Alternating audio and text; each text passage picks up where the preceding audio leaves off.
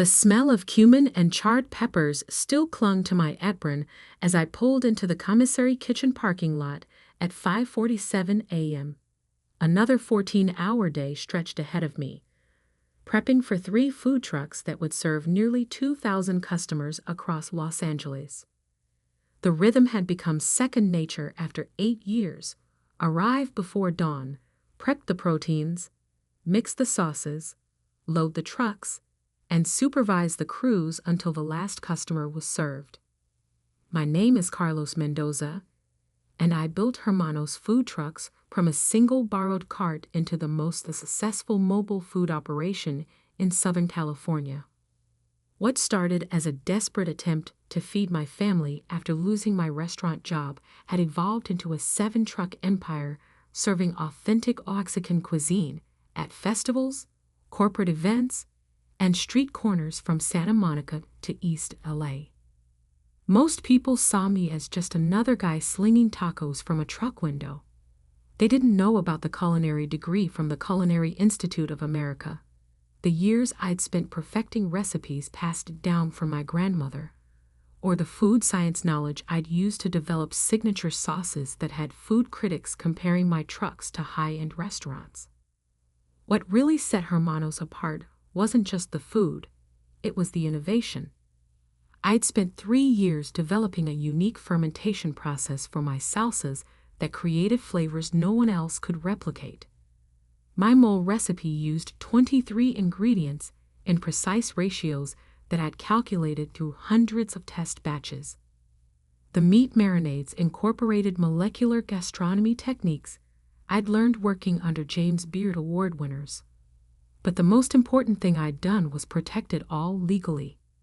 Every signature recipe, every proprietary technique, every sauce blend was protected by patents filed through my attorney's office. I'd learned that lesson the hard way after watching other chefs have their innovations stolen by larger competitors. As I unlocked the commissary kitchen, my phone buzzed with a text from my sister Isabella. Need to talk. Coming by this morning. Important family business.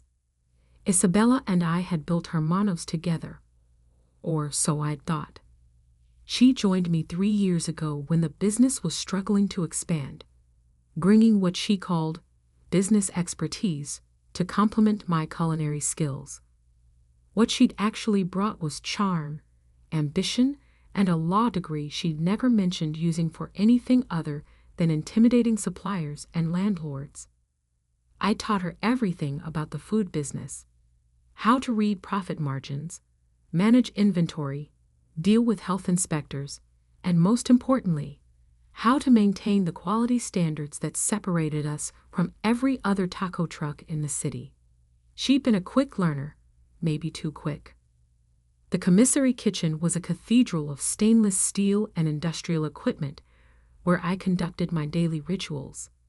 6 gas ranges, 3 convection ovens, 2 massive refrigeration units, and enough prep space to supply a small restaurant.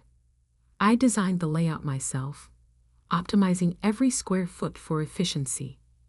I was halfway through preparing the carnitas when Isabella arrived, her heels clicking against the polished concrete floor.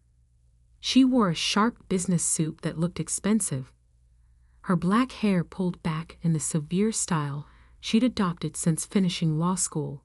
In her hands was a leather briefcase that looked new. "Carlos," she said, setting the briefcase on the prep counter with deliberate precision. "We need to discuss the future of Hermanos." I continued seasoning the pork shoulder, not looking up. "What about it?" "I've been reviewing our partnership agreement," she said, opening the briefcase, "and I've discovered some irregularities." Something in her tone made me pause. Isabella had always been ambitious, but there was something different now, a coldness that reminded me of the prosecutors I'd watched on television. "What kind of irregularities?" I asked. She pulled out a folder thick with documents. Discrepancies in the ownership structure. Questions about who actually holds controlling interest in the business. I set down my knife and turned to face her. "Isabella, what are you talking about?" We're 50-50 partners. We've been through this 100 times. Her smile was sharp enough to cut citrus. Actually, brother, I think you'll find the situation is more complicated than that. She spread several documents across the prep counter, her manicured nails tapping against the stainless steel. These are the original incorporation papers for Hermanos Food Trucks LLC. Notice anything interesting? I leaned over to examine the papers, recognizing my signature on several pages. But as I read more carefully, I noticed something that made my stomach drop. The ownership percentages weren't 50-50 as I remembered. According to these documents, Isabella held 65% of the company. This is wrong, I said immediately. I never signed anything giving you majority control. Isabella's smile widened. Are you sure about that? Because your signature is right there, witnessed and notarized. I grabbed the papers, studying them more closely. The signatures looked authentic, but I clearly remembered negotiating equal partnership. These have been altered. That's a serious accusation, Carlos. I hope you have proof. The way she said it made it clear she knew I didn't. I'd been so focused on building the business that I trusted family to handle the legal paperwork. A mistake that was now staring me in the face with my own forged signature. What do you want? I asked quietly. Isabella walked over to where I had been preparing the carnitas, running her finger along the edge of the prep table. I want what's mine. Full control of Hermanos Food Trucks. Full control. You can stay on as head chef, she said magnanimously. I'm not unreasonable, but the business decisions, the expansion plans, the financial management, that all needs to be handled by someone with actual business training. I stared at her, this woman I'd taught to dice onions, who'd learned to balance spice levels by watching me work 18-hour days. Isabella, I built this business from nothing, and I've grown it into something profitable, she replied. But we've reached the limits of what your approach can accomplish. It's time for professional management. She reached into her briefcase again and pulled out another set of documents. These are transfer papers. Sign them, and you can continue doing what you do best, cooking. Refuse, and I'll be forced to exercise my majority ownership rights anyway. I looked at the papers, then back at my sister. You planned this. I prepared for this, she corrected. There's a difference. The kitchen fell silent except for the hum of refrigeration units and the distant sound of traffic beginning to build outside. I thought about the years I'd spent building Hermanos, the early mornings, the rejected loan applications, the nights I'd stayed up developing recipes while Isabella was in law school. You always were the dumb one, Carlos, Isabella said, her voice taking on the tone she used when we were children and she'd gotten me in trouble with our parents. I've got lawyers, you've got grease stains. The casual cruelty of it hit me like a physical blow. But instead of anger, I felt something else. A cold clarity I'd learned from years of managing high-pressure kitchen situations. I walked to the key rack near the door and removed 7 sets of truck keys, each marked with the name of one of our locations. Isabella watched me with satisfaction as I placed them on the prep counter next to her documents. Take them, I said quietly. Her eyebrows rose slightly. Just like that? You want the business. You've got it. I signed the transfer papers without reading them, my signature steady despite the betrayal burning in my chest. Isabella gathered the documents with the efficiency of someone who'd planned this moment for months. You're making the right choice, she said, but I detected a note of surprise in her voice. She'd expected a fight. I know, I replied. What Isabella didn't know was that she just signed papers taking ownership of 7 food trucks, 3 commissary kitchens, and a customer database. What she didn't own were the recipes, the proprietary techniques, or the trade secrets that made Hermanos successful.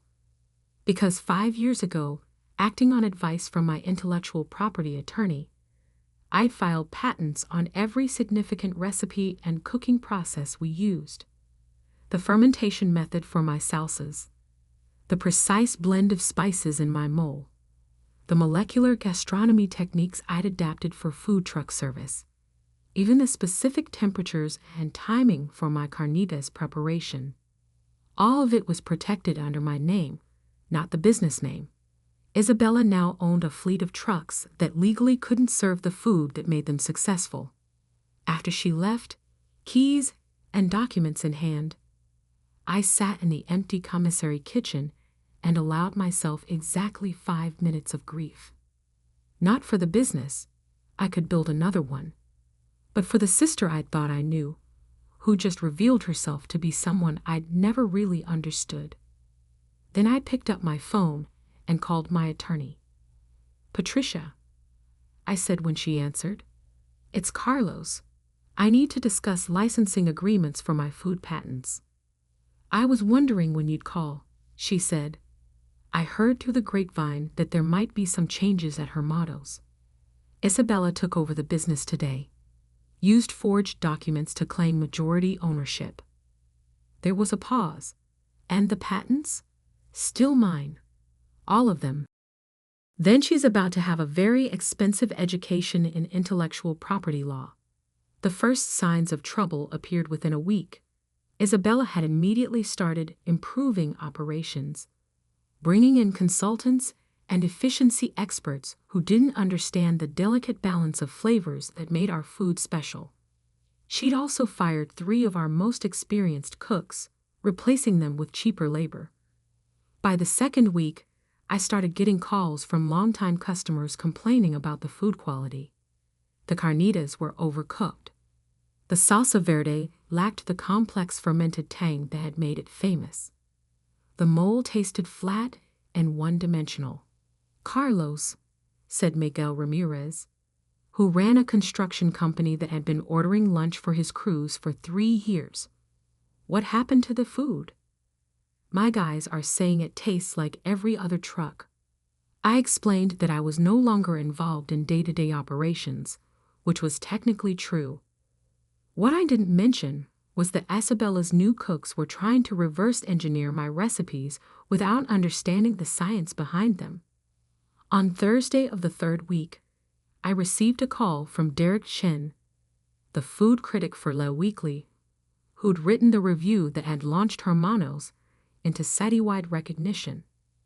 "Carlos, I need to ask you something," Derek said. "I ate at your truck yesterday, and the food was different. Not bad exactly, but not the same. Has something changed?" "New management," I said carefully. "The mole especially. It tasted like someone had tried to recreate it from memory, but missed some key component." "That's perceptive. Are you still involved with the business?"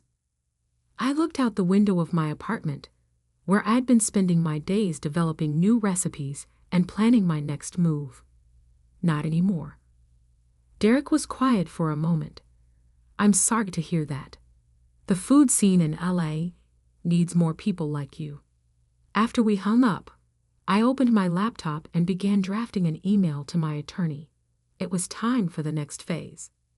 The legal papers were served to Isabella on a Tuesday morning while she was at the main commissary kitchen trying to figure out why her food costs had increased by 30% while quality had decreased. According to my contact at the kitchen, Maria, who'd worked with me since the beginning, Isabella's face went white as she read the cease and desist order. The document was comprehensive and devastating. It detailed every patent I held on the recipes and processes that defined Hermanos food trucks, the fermentation method for the salsas, the specific spice blend ratios for the mole, the marination techniques for the carnitas, even the precise temperature controls for the cooking process. All of it was legally protected intellectual property that belonged to Carlos Mendoza, not Hermanos Food Trucks LLC. The order gave Isabella 48 hours to stop using any of the patented recipes or face federal charges for intellectual property theft. It also demanded immediate payment of licensing fees for the unauthorized use that had already occurred, calculated at fair market value for a business generating over $2 million annually. Isabella called me within an hour. "Carlos, what the hell is this?" Her voice was strained, the confident businesswoman replaced by someone who just discovered they'd been walking through a minefield. "Intellectual property protection," I said calmly. "Something you should have researched before taking over a business you didn't understand. You can't do this. Those recipes are part of the business." "Actually, they're not. They're patented innovations that I developed and filed separately from any business entity. Check with your lawyers." There was a long pause. "How much do you want?" "For licensing the recipes?" $200,000 annually, plus back fees for the 3 weeks you've been using them without authorization. $200,000? That's insane. That's what happens when you steal someone's life work and try to profit from it without permission. I could hear papers rustling in the background. There has to be some way to work this out. We're family. Family doesn't forge documents and steal businesses from each other. "Carlos, please. The trucks are failing without the real recipes. We're losing customers every day." That much was true. According to my sources, daily revenue had dropped by 40% as word spread that the food quality had declined. Food truck customers were intensely loyal, but only as long as the product remained consistent. "Then you'd better figure out how to make your own recipes," I said, "because mine aren't available to you anymore." I hung up and returned to the work I'd been doing since leaving Hermanos, developing a new food truck concept that would make my sister's operation look like amateur hour. The next few weeks played out exactly as I'd expected. Isabella tried hiring new chefs to recreate my recipes, but they were working without the patent documentation that detailed the precise techniques. They could approximate the flavors, but they couldn't replicate the complexity that had made Hermanos special. Customer complaints escalated to negative Yelp reviews. The food blogger who'd helped launch our reputation wrote a scathing piece titled "The Fall of Hermanos: When Good Food Goes Bad." Derek Chen published a follow-up review that basically served as an obituary for what had been his favorite food truck operation. Meanwhile, I was quietly assembling the team for my new venture. I reached out to the 3 experienced cooks Isabella had fired, offering them positions at significantly higher wages. I contacted our former suppliers, many of whom had been frustrated by Isabella's attempts to cut costs by compromising quality. Most importantly, I filed patents on 12 new recipes I'd developed during my forced hiatus, innovations that would define the next generation of authentic Mexican street food. The call I'd been expecting came on a Friday evening. Isabella's voice was different now, smaller, defeated. "Carlos, I need help." "What kind of help?" "The business is failing. We're hemorrhaging money. I made a mistake." I sat in my new commercial kitchen, a space I'd leased in preparation for launching my new operation. Around me were the tools and ingredients for recipes that would soon make Isabella's stolen business obsolete. "What do you want from me?" "I want to make this right. Give you back control of Hermanos. We can go back to being partners." 50-50 partners?" I asked. "Yes, like it was supposed to be." I was quiet for a long moment, considering the offer. Isabella had destroyed 3 months of business relationships, damaged the reputation I'd spent years building, and proven she couldn't be trusted with anything more complicated than a microwave. I'm not interested, I said finally. Carlos, please. I'll do anything. The lawyers are saying we owe hundreds of thousands in patent fees. The customers are gone. The trucks are sitting empty. Then sell them. Who's going to buy food trucks that can't serve food? It was a fair question. Without access to my recipes, Isabella owned 7 expensive vehicles that couldn't generate revenue. She'd created her own elaborate trap and walked directly into it. That's not my problem anymore, I said. 2 weeks later, I received a notification that Hermanos Food Trucks LLC had filed for bankruptcy. Isabella had lost everything: the trucks, the commissary kitchens, the customer database she thought was so valuable. The bankruptcy court would liquidate the assets to pay creditors, and Isabella would be left with nothing but the legal bills from her failed theft. The final irony came when my new venture, Corazon Street Kitchen, purchased 3 of the Hermanos trucks at the bankruptcy auction for 30 cents on the dollar. I painted them in my new colors, deep red with gold accents, and equipped them with the tools needed to serve my next-generation recipes. On opening day, lines formed before we'd even fired up the grills. Word had spread through the food community that Carlos Mendoza was back, and the customers who'd been disappointed by Isabella's poor management were eager to taste authentic Mexican street food again. Derek Chen was among the first customers, ordering one of everything and taking careful notes as he ate. When he finished, he approached the service window where I was working alongside my crew. "It's even better than before," he said simply. "Different recipes," I replied, "but the same commitment to quality." 3 months later, Derek's review ran under the headline, "Phoenix Rising: Carlos Mendoza's Triumphant Return to Lay Street Food." He described Corazon Street Kitchen as what happens when authentic passion meets culinary innovation, and declared my new al pastor recipe a masterpiece of molecular gastronomy adapted for mass service. The review launched us into the stratosphere. Within 6 months, we had a waitlist of corporate clients, a catering business that booked solid through the following year, and requests for franchising opportunities from across the country. Isabella never contacted me again. According to mutual acquaintances, she'd moved back in with our parents and was working as a paralegal for a personal injury firm. The law degree that had seemed so impressive when she was stealing my business hadn't prepared her for the realities of intellectual property law or the food service industry. Sometimes I wondered if I should feel guilty about her downfall. Then I remembered her words, "You always were the dumb one, Carlos. I got lawyers. You've got grease stains." She'd been half right. I did have grease stains. But I also had something she'd never understood: the knowledge that real success comes from creating value, not stealing it. The patience to protect your innovations before someone tries to take them, and the wisdom to know that family loyalty has to work both ways.